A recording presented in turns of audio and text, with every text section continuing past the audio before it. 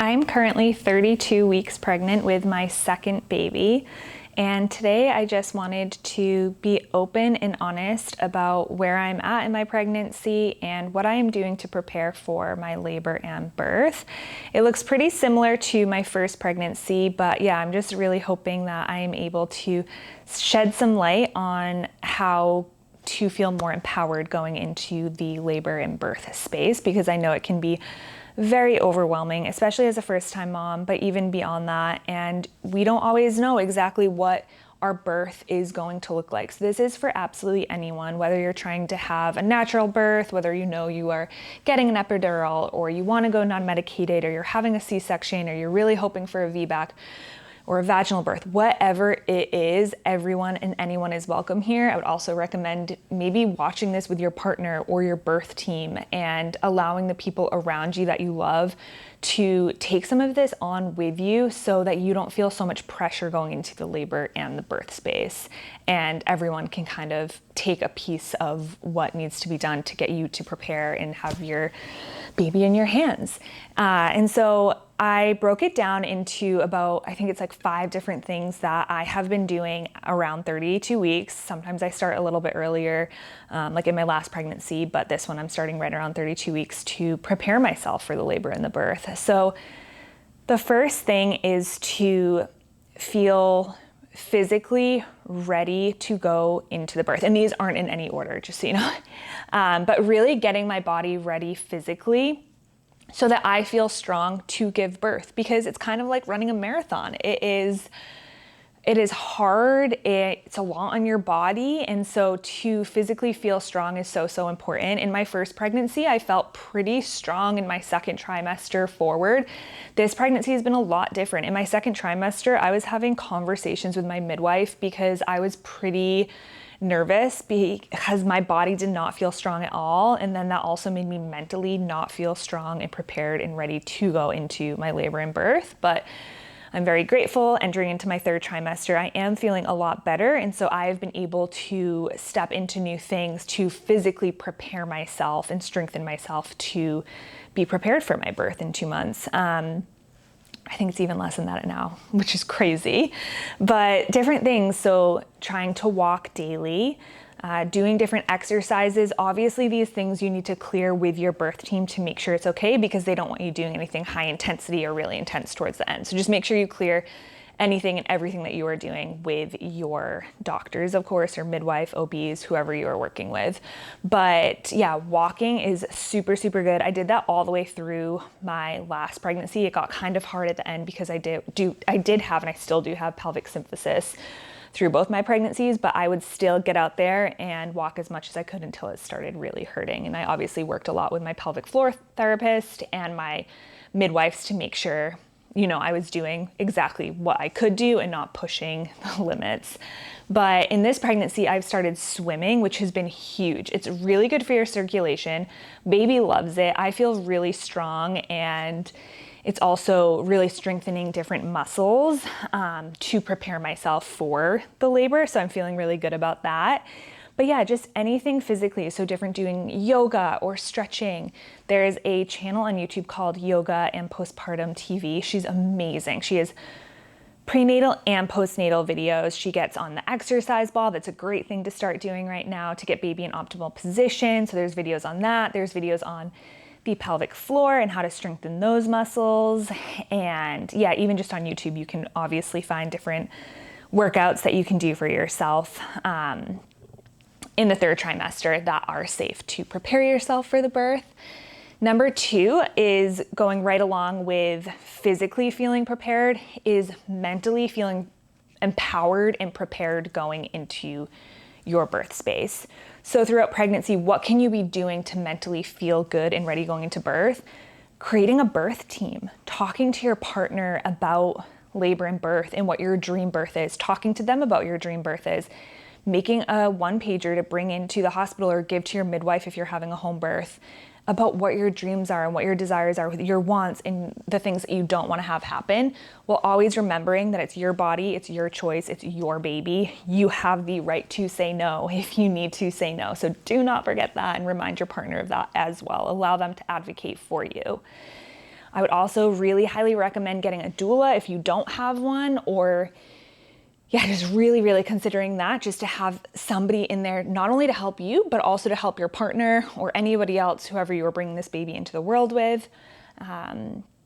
Checking in on who your birth team is, like who are your doctors, how are you feeling about them, midwives, OBs, home birth, hospital birth, whatever it is.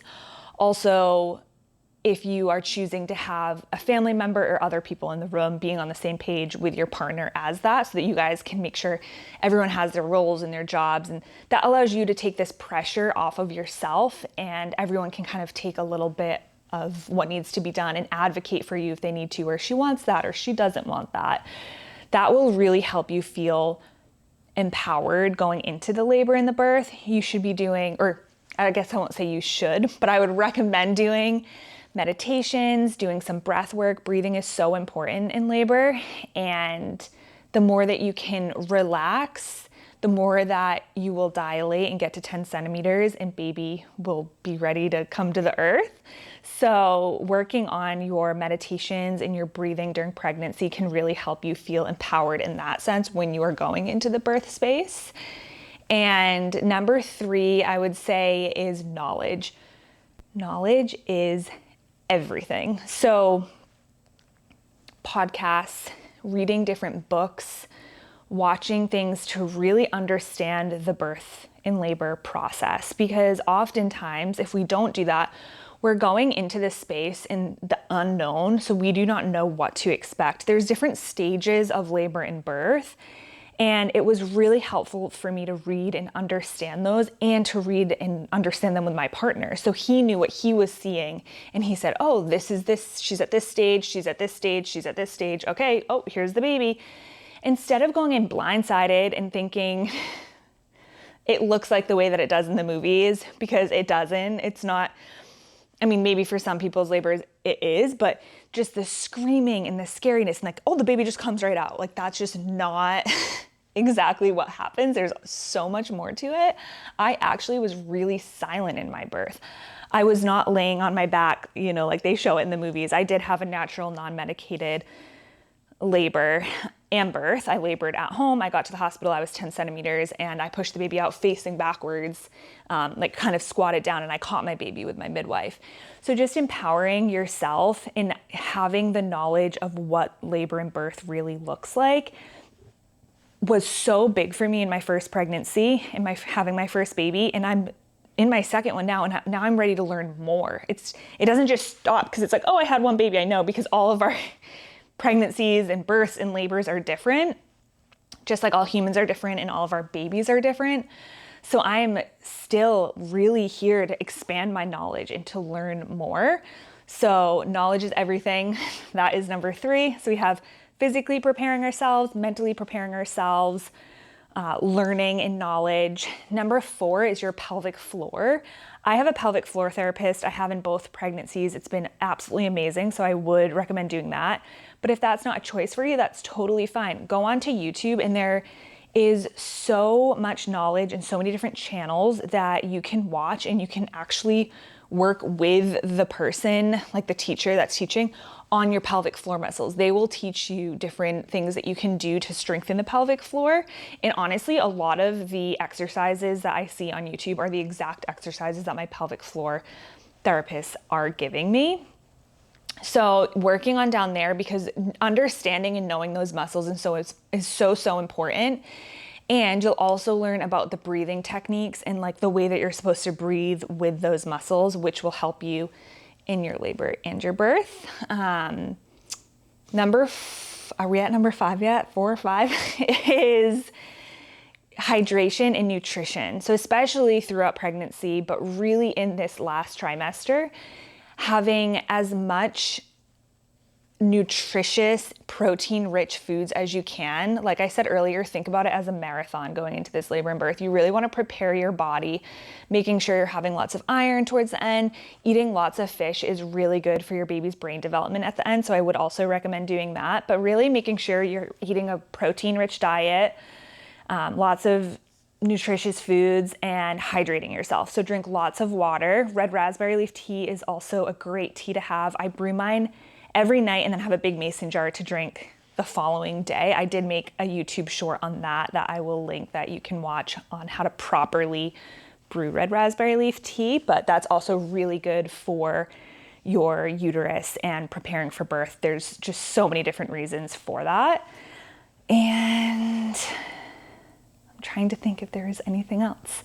I don't usually have my phone in these videos, but I just want to make sure that I didn't miss any of the main points that I wanted to talk about. So educating yourself, knowledge is everything. Physically preparing yourself, mentally preparing yourself, pelvic floor strengthening, hydration and nutrition, learning how to relax your body, feeling empowered, trusting yourself. And there's this quote by Ina May Gaskin, who is a midwife. She wrote the book, I think it's like Ina May Gaskin's, it's like a midwife book. I forget exactly what it's called, but anyways, you should read that book because I read that. Ina May Gaskin's Guide to Childbirth, I think that's what it's called. I read that in my first pregnancy and it was super, super, super helpful. She has a quote, "We are the only species of mammal that doubts our ability to give birth." And that is everything. So just know that you were born for this. Women were born to give birth. Trust yourself, believe in yourself, work with your birth team, work with your partner, and just know that every woman who has had a child before you has been exactly where you are, and you are so powerful and strong, and just trust your baby, trust your body, and yeah, let's just keep working on the things that we can and strengthening ourselves. And I'm sending you love, and have a beautiful day.